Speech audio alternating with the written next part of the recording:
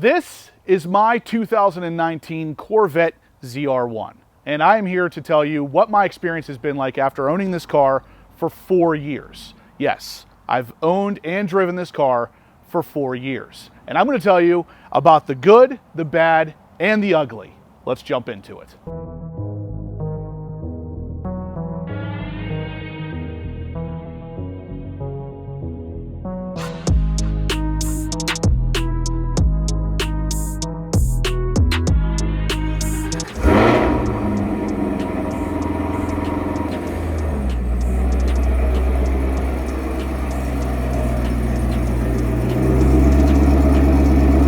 All right, guys, so like I said there in the beginning, I have owned and driven the C8 Corvette ZR1 for 4 years now. So as of this month, July 2023, it is 4 years. I bought this car in July of 2019, and I have been driving and loving every second of it ever since. Now, why I'm making this video is going to be kind of a my experience type thing. So I've owned the car for 4 years, like I said. In that 4 years, that's a long time to own a car, especially a car like this. What has happened in those 4 years? All of my maintenance, any issues that have popped up, 3 sets of tires, lots of gas, lots of oil, and a couple mods thrown in the mix. That's what we're here to talk about today. So if you are in the market for a C8 Corvette ZR1, number one, congratulations, because these things are really hard to find or even afford nowadays. So if you're in the market for one, you're obviously doing something right. But if you are, we're going to cover all of the bases here for you. So what you can expect owning one of these things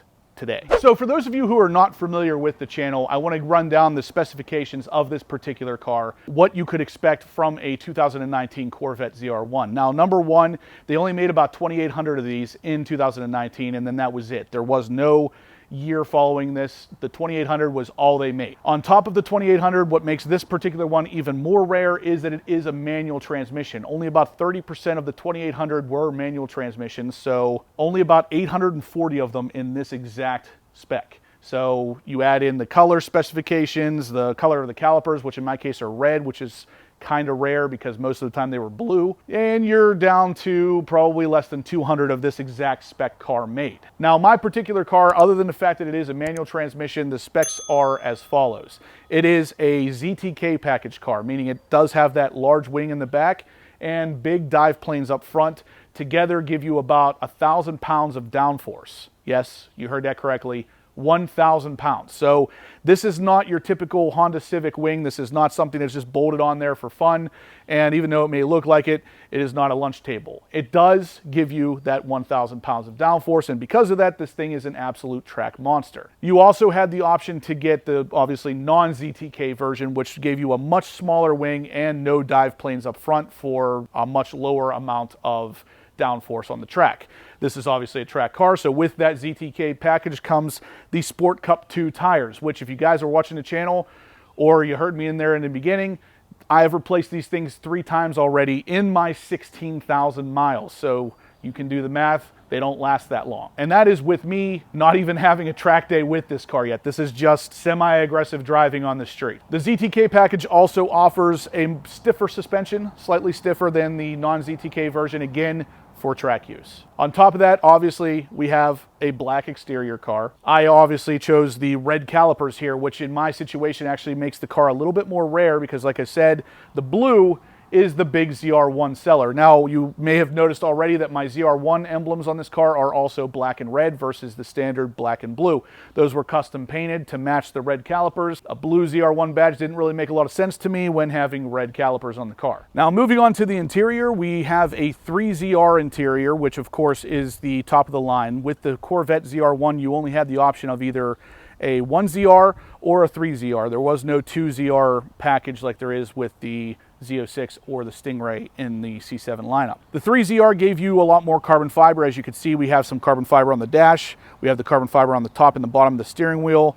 And again, if you guys aren't watching the channel a lot, I just recently added the carbon fiber shift knob. So there's a lot of carbon fiber on the interior of the car to help save weight, not to mention the exterior of the car that's also for weight savings, but this is just going to take your typical C8 Corvette Z06 and give it the extra flair, the extra power that it needed. With all this said, given that this is the 3ZR interior and I've owned this car for 4 years, let's take a look at it a little bit more in depth to see wear. So as you can see here, guys, there is next to no wear on this seat, and that's pretty good considering I have 16,000 miles on this car and I drive it a lot. I would say I drive it between 2 and 3 times a week, and obviously that can be kind of seen with how many times I've had to replace the tires, how much gas I've put in it. But again, these seats, they have held up very well. There is no wear on the bolsters.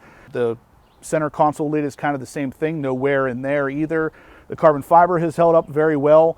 And overall, it's just really handling the daily abuse pretty well. By now, I'm sure you guys are wondering, well, yeah, Justin, the car has 16,000 miles on it. It should be in pretty good condition. Yes and no. So with a car like this, it's not treated exactly the same as your average Toyota Camry or Honda Civic. Yeah, you can put hundreds of thousands of miles on those cars and still have, you know, relatively decent interiors and stuff. With the way that these cars are designed, you kind of have to slide in and slide out of them because of how low they are, and because of that, it does put extra wear on the bolsters.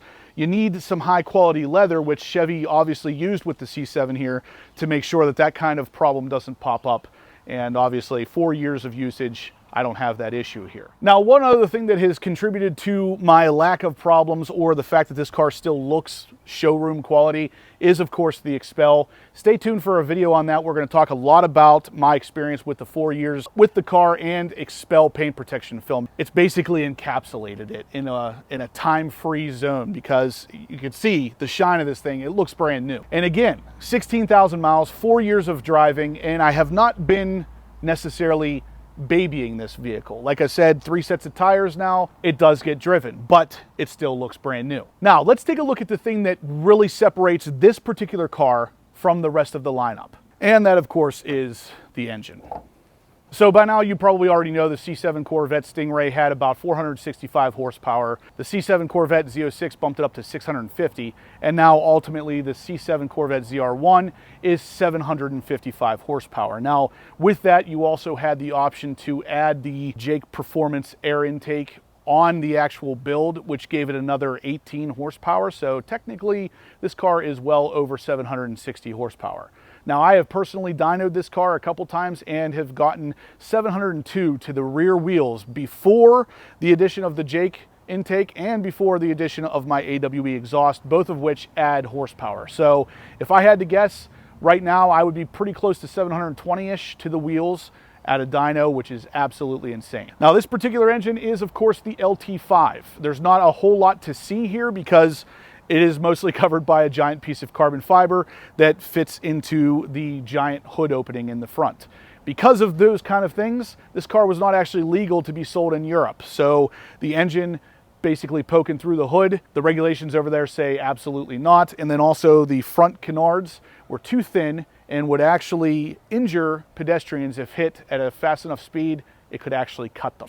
So those two things made it so this car was not able to be sold in Europe. So like I said, this month marks the 4-year ownership for me with the Corvette ZR1.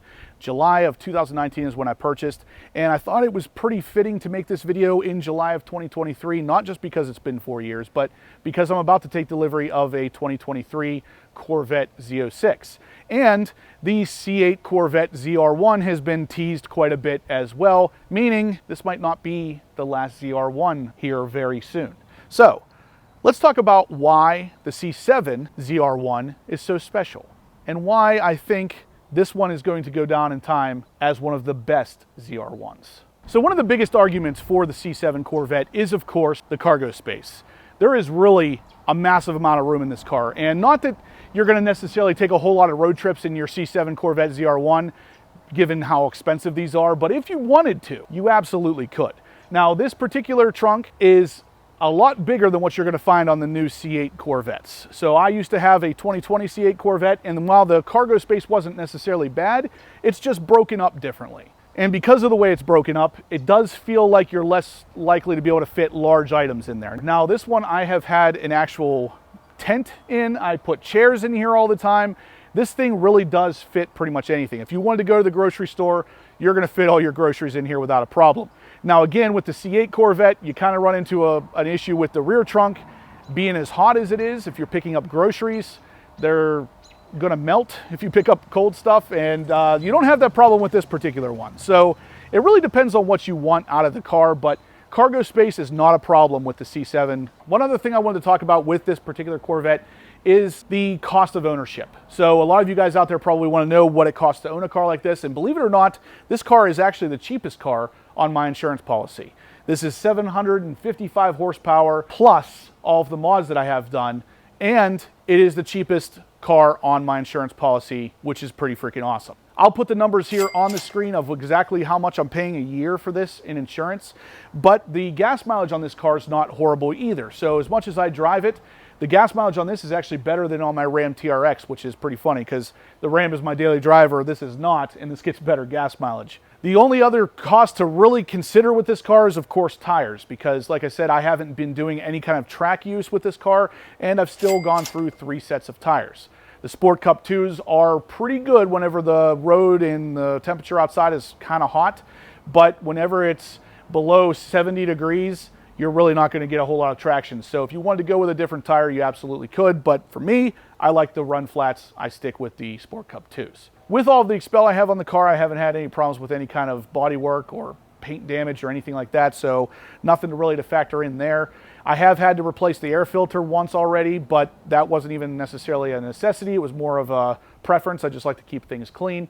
I've changed the oil every single summer when I break the car out for the first time of that year, and the oil changes on the car are somewhat expensive if you don't do your homework. I've made a bunch of videos talking about how to get the oil changed on this car for really cheap, so you guys might want to check that out. But an average oil change is somewhere around $100 for full synthetic, 10 quarts, and a new oil filter. So believe it or not, 755 horsepower, you would imagine that this car is kind of in the supercar status, and the cost of maintenance isn't really that high.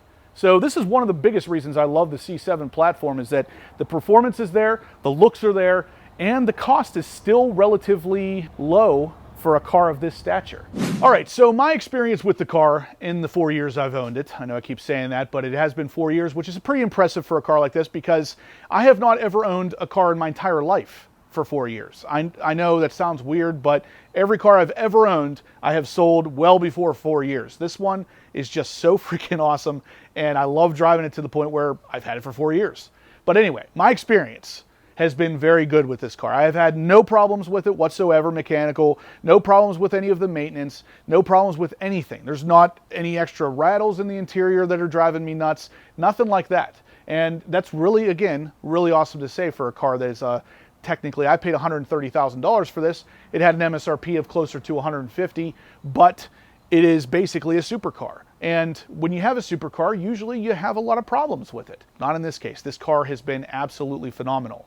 Now, I don't want to harp too much on that, but if you guys are interested in grabbing a C7 Corvette in general, I've driven a Stingray, I've driven a Grand Sport, I've driven a Z06, I used to own a Z06, and ultimately driving the ZR1. The whole lineup is just absolutely phenomenal. You're not going to have any problems with any of the lineup. It's just as you get to the top with the ZR1, it just keeps getting better and better. If you're in the market for one, don't hesitate. If you can find it for a decent price, I know nowadays the prices are all over the freaking map. Back in 2017, I bought a 2015 Z06 for $68,000 and it had 2,000 miles on it. You can't touch those kind of deals today, but just wait. They're coming back. And when they do, this is an amazing car to own. I would obviously give this car 2 thumbs ups for anybody out there looking to buy one, but let's go ahead and talk about some of the mods that I've done, because you guys out there might have this kind of car that you want to mod a little bit. I haven't done anything crazy to it, but I have put my touch on the car a little bit, so let's go over those. This is the custom painted torch red and black ZR1 logos. Now, like I said, these are going to kind of really only work out for you if you have the red calipers, but based on getting these things custom painted, of course, you can get them any color you want. Now, other than that, in the front, we also have, of course, the Chevy bow ties. Now, these are just a black vinyl that I have developed in conjunction with Blackout Tinning in Latrobe, Pennsylvania, to kind of give it a little bit more of a black appearance. Now, if you don't know, that particular bow tie is gold from factory, so it doesn't really match anything, and it looks a lot better in black. That's kind of my whole thing here. Everything looks better in black. Now, moving on, we did touch a little bit on the Corvette Jake air intake. Now, this was offered by GM again. So this was not so much an aftermarket part, but definitely not something that was necessarily included with your car. I really like this because this is one of the only intakes I ever added that you can actually feel a difference from. While we're in here, we'll touch on one of my latest mods, and that of course is the carbon fiber strut from Paragon Performance. Now, both of the struts here on the hood are done, and both of the hatch struts in the back are done as well. You can buy them straight from the Paragon website. Now, I will link all of the mods in the description down below, guys, if you're interested in adding any of these. A lot of these mods are actually good for any of the C7s, not just the ZR1, so keep an eye on those. Moving back the car a little bit, we'll go to the wheels, and of course, I have the Magard black lug nuts here, which have been on my C7 Z06, and now ultimately my C7 ZR1, and they have been on and off the car a bunch. They have not chipped, they have not flaked, they're not rusting. They still look as new as the day I bought them. So these are definitely high quality lug nuts, and they will maintain that black appearance for as long as you have them. Right in front of that, we do have the ACS composite blacked out side markers for the front and of course the rear. But what's even better than just that is it also blacks out the reflectors right underneath the taillight. So definitely a cool addition. Again, good for any C7 Corvette. While we're on the ACS composite train, let's talk about the XL rock guards right here. That of course will stop rocks from getting kicked up alongside your car. We got those in the front and in the rear. And these again are from ACS Composite. The fascia extension, which is right there, that continues on from the rear XL rock guard, is also ACS Composite. And the rear end diffuser fins, which really help finish off the back end of this car, are of course ACS Composite. A lot of this stuff you can buy straight from my website. They will be linked in the description below, like I said. In the center there, you can see those are not your typical chrome exhaust tips. Those are black exhaust tips from the guys over at AWE, and this thing sounds absolutely phenomenal. The tail light covers were RPI designs. Again, you could get those on any C7 Corvette out there. Coming into the rear hatch area again, and we have the Block-It material. So this is just a real thick foam that sits on the inside of the interior here that helps block out some road noise. Right here you can see just how thick it is and how it's designed. It's got a real thick foam and then a layer of some sort of real heavy rubber.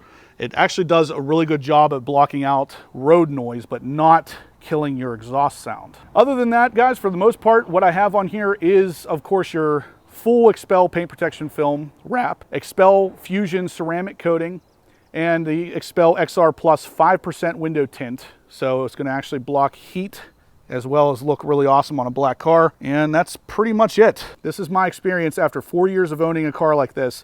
After 16,000 miles, it has been absolutely rock solid, and I'm still modding it to this day. All right, guys, that is going to do it for the video today. So if you liked what you saw, please smash that thumbs up button. Let me know how you feel about the C7 Corvette ZR1 4 years later. This thing has literally existed for almost 5 years, and I've owned this one for 4 years, so it has just been an absolute blast. What are your thoughts of the car after all this time? I bought this car whenever I had around 10,000 subscribers, so I'm almost at 80,000 now. It's been quite a ride. What do you guys think about it? Let me know in the comment section down below. If you haven't subscribed yet, please do. I'm gonna have loads of content like this coming, and the new Z06 coming very soon. You're not gonna wanna miss. And as always, guys, I will catch you in the next upload.